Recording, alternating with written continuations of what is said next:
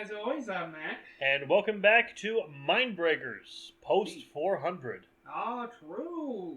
I said we'd have something with aliens. So we have something with aliens. Yeah.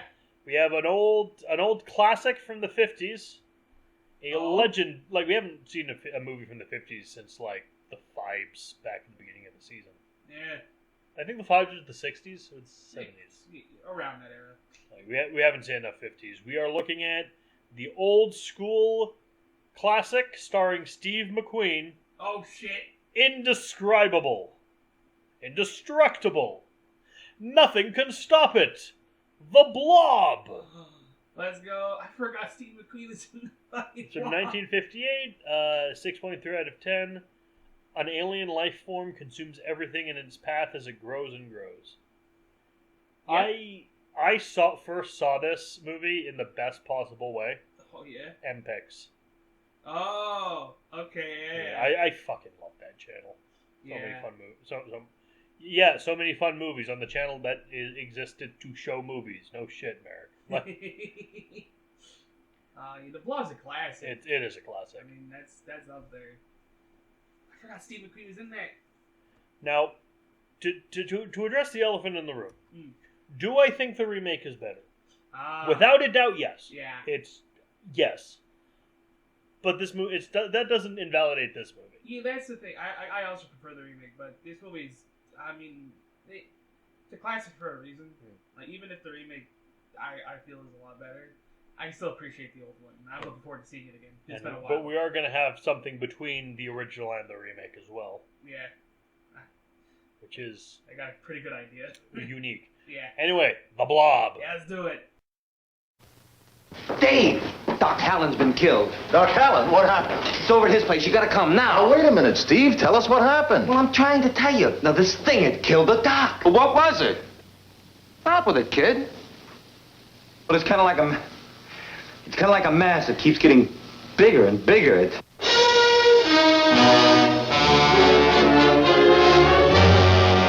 Every one of you watching this screen, look out. Because soon, very soon, the most horrifying monster menace ever conceived will be oozing into this theater.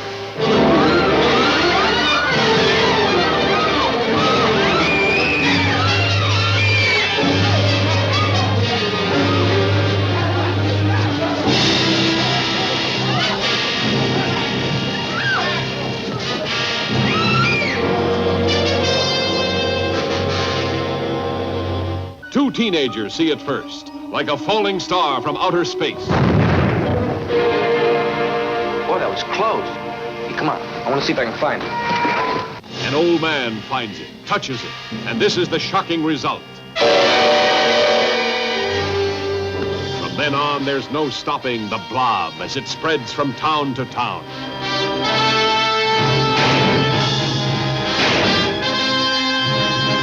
It's indestructible. It's indescribable. Nothing can stop it. This town is in danger. How can it be stopped? Mob hysteria sweeps one city. Before long, the nation, and then the world could fall before the blood-curdling threat of the Blob. Starring Steve McQueen and a cast of exciting young people.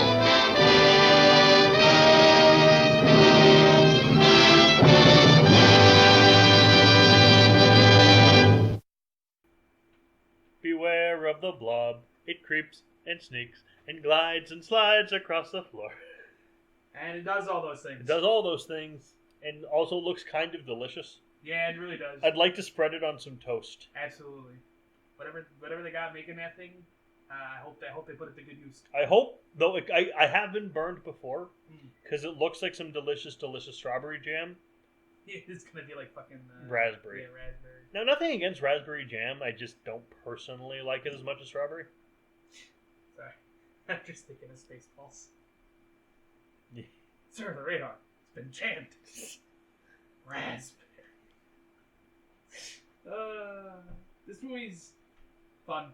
Yeah. I think that's the best way to put it. It's also I've seen this movie before, Yeah. but it's also Killer Clowns from Outer Space has the exact same fucking... Yeah, because Killer Clowns from Outer Space is a parody. Yeah. Fair. But I I feel like this is it. Like if you've never seen the Blob, but you've watched a bunch of other stuff, you've never seen this movie before. You've seen this movie before, kind of thing. It feels almost like the premise they had with the McBain scenes in The Simpsons.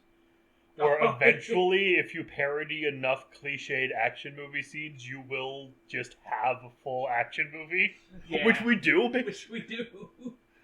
And I mean, this movie, I think it is a classic for a reason. Well, stop talking crazy. Stop talking crazy. What's the fucking bad guy's name? Mendoza. McBain, you gotta do this by the book. By book. I fucking love his name. How do you sleep at night? On a pile of money with many beautiful women. The fucking Critic crossover. Bro, that did happen. I love the Critic. It stinks. That show is fantastic. It only got one a season, but like, did it really need more? Yeah, exactly. Do you want it to do you want it to Simpsons? No, no one does. No, Critic gets one season. I think that's enough. Now the Tick should have gotten more. I agree. All of the Ticks, especially Patrick Warburton. I definitely agree. So that's the Tick. Spoon. So there's we get the song. Yeah. And then Steve McQueen and his girlfriend. The character is just called Steve in the movie. His name is Steve. They're doing the most 50s movie kiss you've ever seen in your life. In their car, they're parking, as it were. Then the shooting star comes down, and this old man who lives in a shack with a dog goes out to investigate. The rock breaks open. The little tiny rock. It's full of goo in it. Little goo. It slurps down his hand. He with a stick and it brings it up, and he's like, "That's odd," and then it goes on his hand, and it goes, "Ah!" And so they're like, "Hey, we got to investigate the rock, because that's always how it goes." Yeah, and you always got to investigate the big thing that falls from space. Yeah. Daters. Look, it was the 50s. There's not a whole lot else to do. No. And also, that's a good point. You might get lucky and make friends with a giant robotic Vin Diesel. Yeah. Which is one of the few Actually, I don't know. Vin Diesel just seems like a genuinely uncomfortable person to be around in real life. Hopefully, he managed to keep it to himself around the child. Yeah. Please. Is Hogarth voiced by a child or by a woman? I have no idea. Doesn't matter right now. I'm definitely watching Iron Giant tonight, though. Hell yeah. I go, you stay. The old man, as they're driving away, runs in front of them. They take him to the doctor. And because he has this goo covering his hand. So they take him to the doctor, who looks... He looks like he's almost Atticus Finch. Like he's trying to almost be Gregory Peck. Looks a bit like my grandfather did in the 50s. From pictures. I was not around in the 50s. And also gives me vibes from... like he's closing up, he's going to a medical convention. But he gives me vibes from, again, Iron Giant. From the movie Hogarth was watching. I must have left my keys back in the lab. He also, like, calls himself doctor, and he is a doctor, but he's dressed up like a private investigator.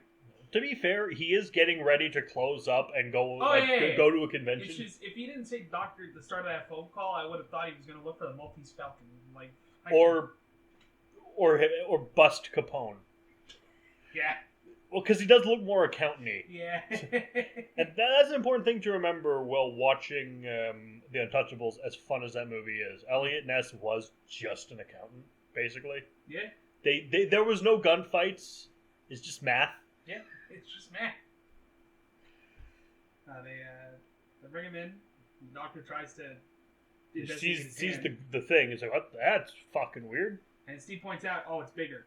It wasn't that big before. I'm like, it's bad. I'll work on it. You kids go do your thing. So they go to drive another. He tells them to go check out the rock to see if there's anything that happened around there. Some gang of no gooders. No good nicks. Other kids. They're like, hey, you want to race? And he's like, nah. And then they run a red light and the cop stops him. But because they're like, they do the Marty McFly thing. Yeah. They're like, yeah, we'll race you. And then they drive off and like, okay, good, they're gone. once Marty McFly gets over being called his chicken. When that stops being his fucking activation phrase. Calls him chicken. Gotta watch that again. But they do end up convincing the other kids to go with them. Yep. They head to the shed. They find the dog. But first, they get arrested. They get like held up by the cops. Oh yeah, Dave. Officer Dave. He's like, I should call your folks and tell them you're reckless driving.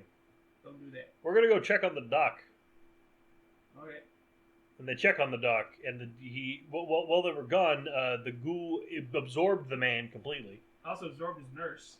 Well, because it's like, hey, nurse, throw the acid at him. It doesn't work. And she's like, it's unstoppable. You tried one thing. But yeah, there's nothing he could do. So it eats her. He goes to get a shotgun to shoot it. Tries to. He gets eaten. So and then the ghoul escapes. Yeah, because Steve sees him getting dissolved in his office and runs away. And Steve's like, hey, cops, this is the doc. He's been eaten by a ghoul. He's dead. The cop. Some monster got him. Like, I will give Steve credit in this. Because he, like, usually they run into the cop station in horror movies like, a monster got him. He's like, nah, the doc's been killed. Yeah. Like, oh shit, how? And like, you can tell he knows if I tell them it's a monster, they're not going to believe me. No. But I got to get the cops there. So. They get there, the place is ransacked. Everything's destroyed. Well, not destroyed, but everything's moved around, shaken up. Dave's like, you did this on purpose. No. And then the other cop's like, the window was closed when we got here. Yeah, both the window and the door were locked from the inside. Oh, they did it with a piece of string. They're trying to make us look like fools, and Jane hits it with, like... You're doing a great job of that yourself. Like, come on. A string, my guy? Come on now. It's not... But then some... Like, you're dealing with fucking college kids, not Lupin the Third, man. like, why would they bring you here, man? Like, it's fucking... Whatever. It would be just because the kids are bored. It's like, hey, this is the college guy with his girlfriend. They can think of more interesting things to do on a Saturday night. They were doing something else before all this bullshit is happening.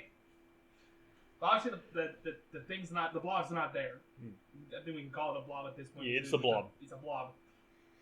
And I think it must be like the landlady or something. Comes in and starts trying to clean everything up. And she's like, oh, the doc's not here. He left. What do you mean he left? Well, he's going to a convention. He's going to this hotel with another doctor. Yeah, but like maybe check the garage. I'll guarantee his car will be there. Oh, that don't mean nothing. He usually drives to someone else. Yeah, this woman is just here to like everything that Steve said to just be a counterpoint. Like she basically exists as the Phoenix Wright objection. Yeah, like fucking. Okay, no, look, the doc is dead. He's not dead. He's gone. He went to a convention. But check, his car's there. Objection. That doesn't mean he drives his car. He took someone else's car, maybe. And this person's just like, will you fuck off, lady? I'm trying to imagine her just in like PNG format in the Ace Attorney game. The main officer, he's like, listen. Oh, we'll call the doctor he was driving with. Oh, you say you haven't seen him, and you're already in the other town. Huh. That's weird. Alright, well, because the other cop calls and says, yeah, they were going to meet and blah, blah. He's like, alright, well, where are they staying? Oh, I don't know, I didn't ask. Well, fucking, like, hell, but luckily the old lady's like, oh, well, they're staying at this hotel. I'm going to clean up here. No, ma'am, you're not going to. Why? Because we need the fingerprints? We have to, man, this is a crime scene.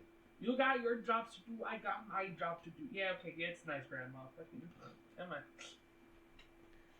I hear shooting all the time. They watch them old movies downstairs. Oh, yeah, that one sent me. Like, did you hear any gunshots? Oh, yes. Oh, thank God.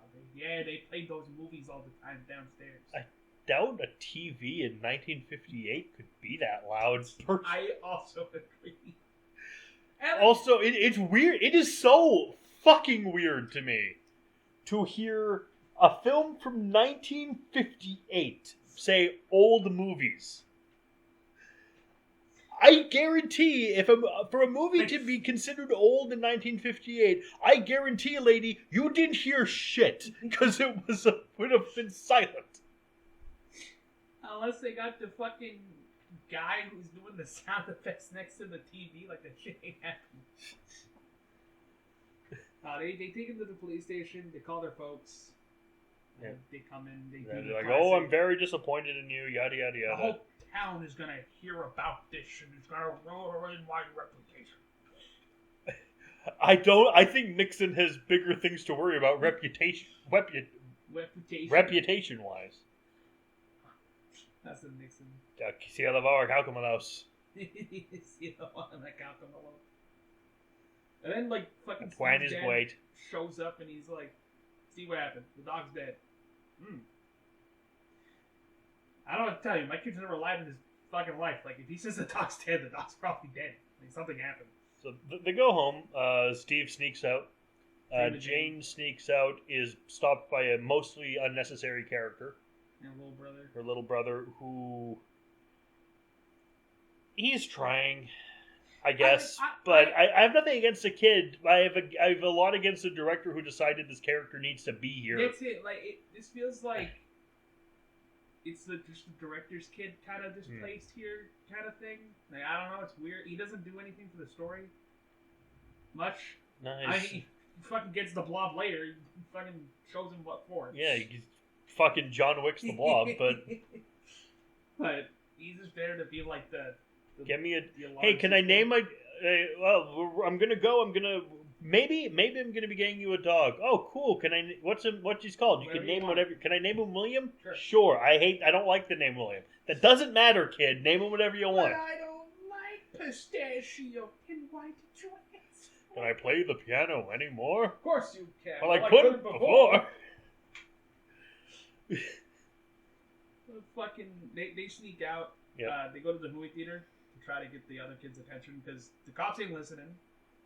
And they're watching some Bela Lugosi film. Oh wait, no, my bad. They go to the grocery store first. Yes. They're looking for the monster.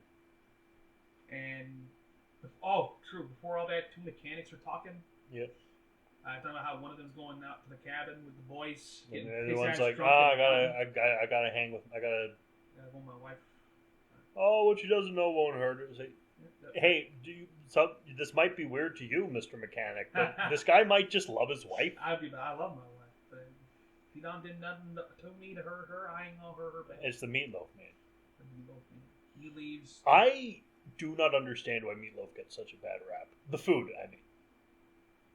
It's Meatloaf again. I love Meatloaf. Yeah, like, I won't say no to Meatloaf. It's fine. Ideally, you make the meatloaf and have one piece of it, but then you have the next day. Yeah. The cold meatloaf. You make a sandwich. Meatloaf's a good time. Nothing ketchup in the sandwich. Yeah. The meatloaf. Yeah. Anyway, the mechanic gets eaten by the Blob. Of course, Blob gets bigger. Blob gets bigger. They find the Blob in the grocery store that was unlocked. So they go to the walk-in freezer. Yeah, because they get chased around through the aisles. They head into the freezer. It tries to chase him, but it pulls itself back. Doesn't like it. The dog makes it. Yep. From what we hear, because it escapes, and the other kids run by and they're like, "Oh no, we saw a dog. It's fine. They're good." This is after they recruited them from the movie, and they're going around warning everybody. Yeah, because they try to warn the police that they found the thing that they're looking for. And the police, of course, like, is every kid in town in on this? Like. Sure, man. Whatever. Hell, Killer Clowns did the same thing. Yeah. So they devise a plan. They gather around the grocery store. All honk their horns at the same time. Activate an air siren. Activate the fire alarm. There's one guy's. Oh, it's an air siren. He puts on his little war helmet. Oh, it's a fire alarm too. It's the hat. Well, I don't know what to wear, because it's worth remembering this is a horror comedy. Oh yeah, this is a comedy. It's like the Blob in and of itself is such a funny monster because when it starts it's small, obviously it grows bigger, and that's when it becomes more dangerous. But like, if you look at the nurse in the beginning, where it's like the Blob is just like there, shifting a little bit. It's not really moving. I'm sure it is, but you could could have just easily walked around. Would have been fine. But no, she has to break a lamp and fucking do all that because, I mean, it's funny. It's a good time. So everyone comes out and the Blob shows up as well. It attacks the movie theater. It oozes out of the projection booth. Yeah, so we assume some people in the movie theater die. As everyone gets the classic scene of everyone running out of the theater. Yep. I think this is like... This scene exists purely to put in the trailer. Oh, yeah. Like, this is the...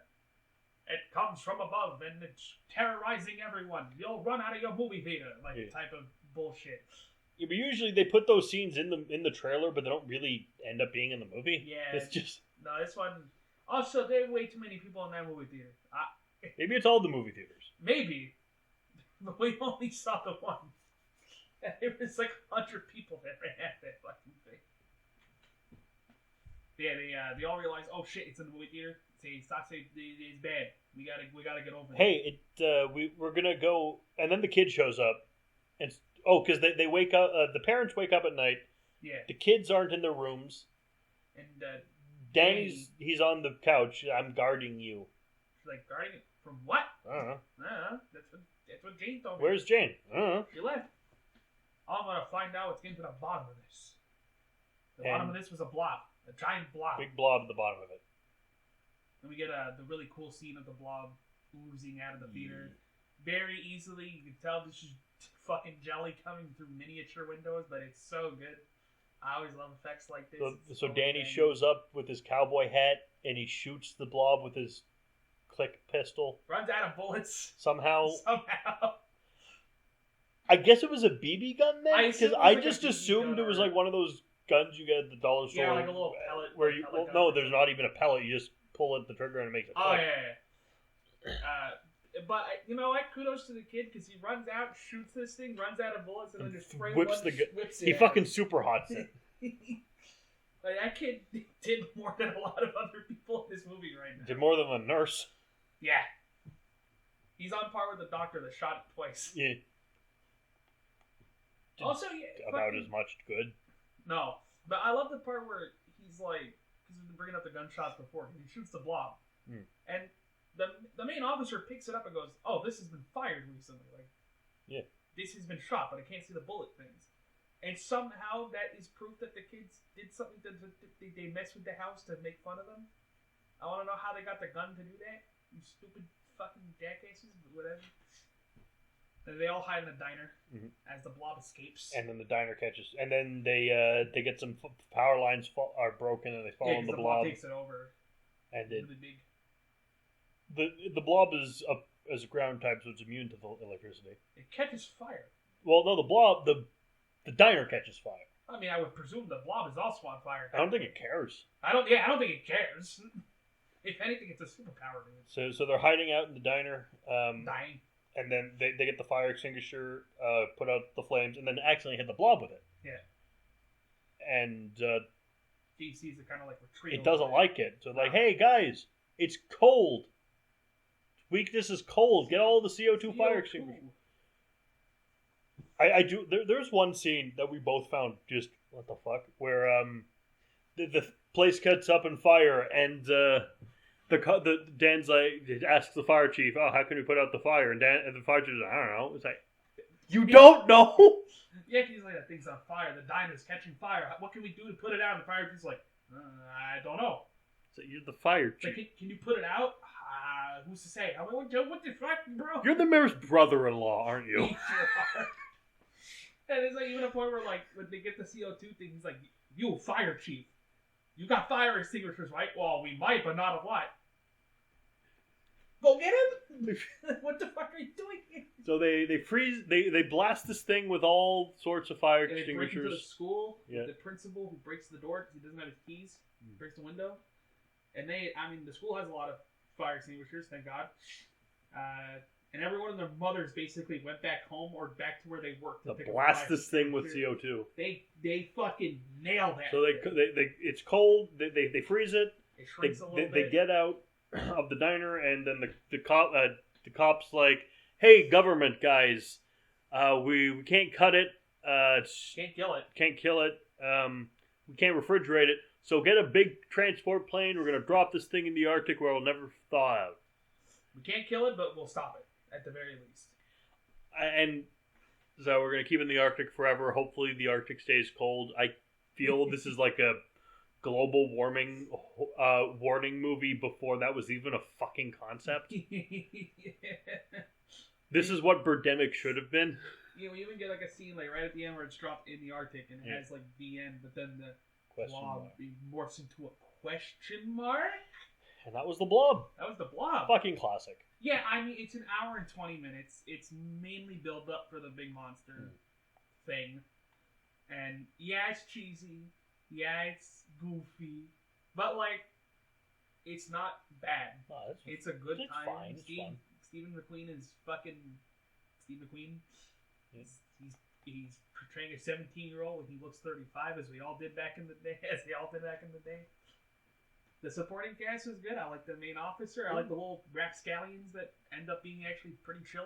The only one that's like not good is the kid, but he's a kid, so you can't really blame him. Yeah, I don't even know if he's an actor. He was probably just like, there. They can't. Not all child actors can be Macaulay Culkin or Mara Wilson or the girl from To Kill a Mockingbird. Oh, they can't all be them. Oh yeah. I mean, the Blob is a classic. Like it's 1958. Like it's pretty good for its time. The effects are nice. Like the whole Jello monster thing is awesome. I love how it looks. The fact that they do like a lot of like reverse motion for its footage is really great.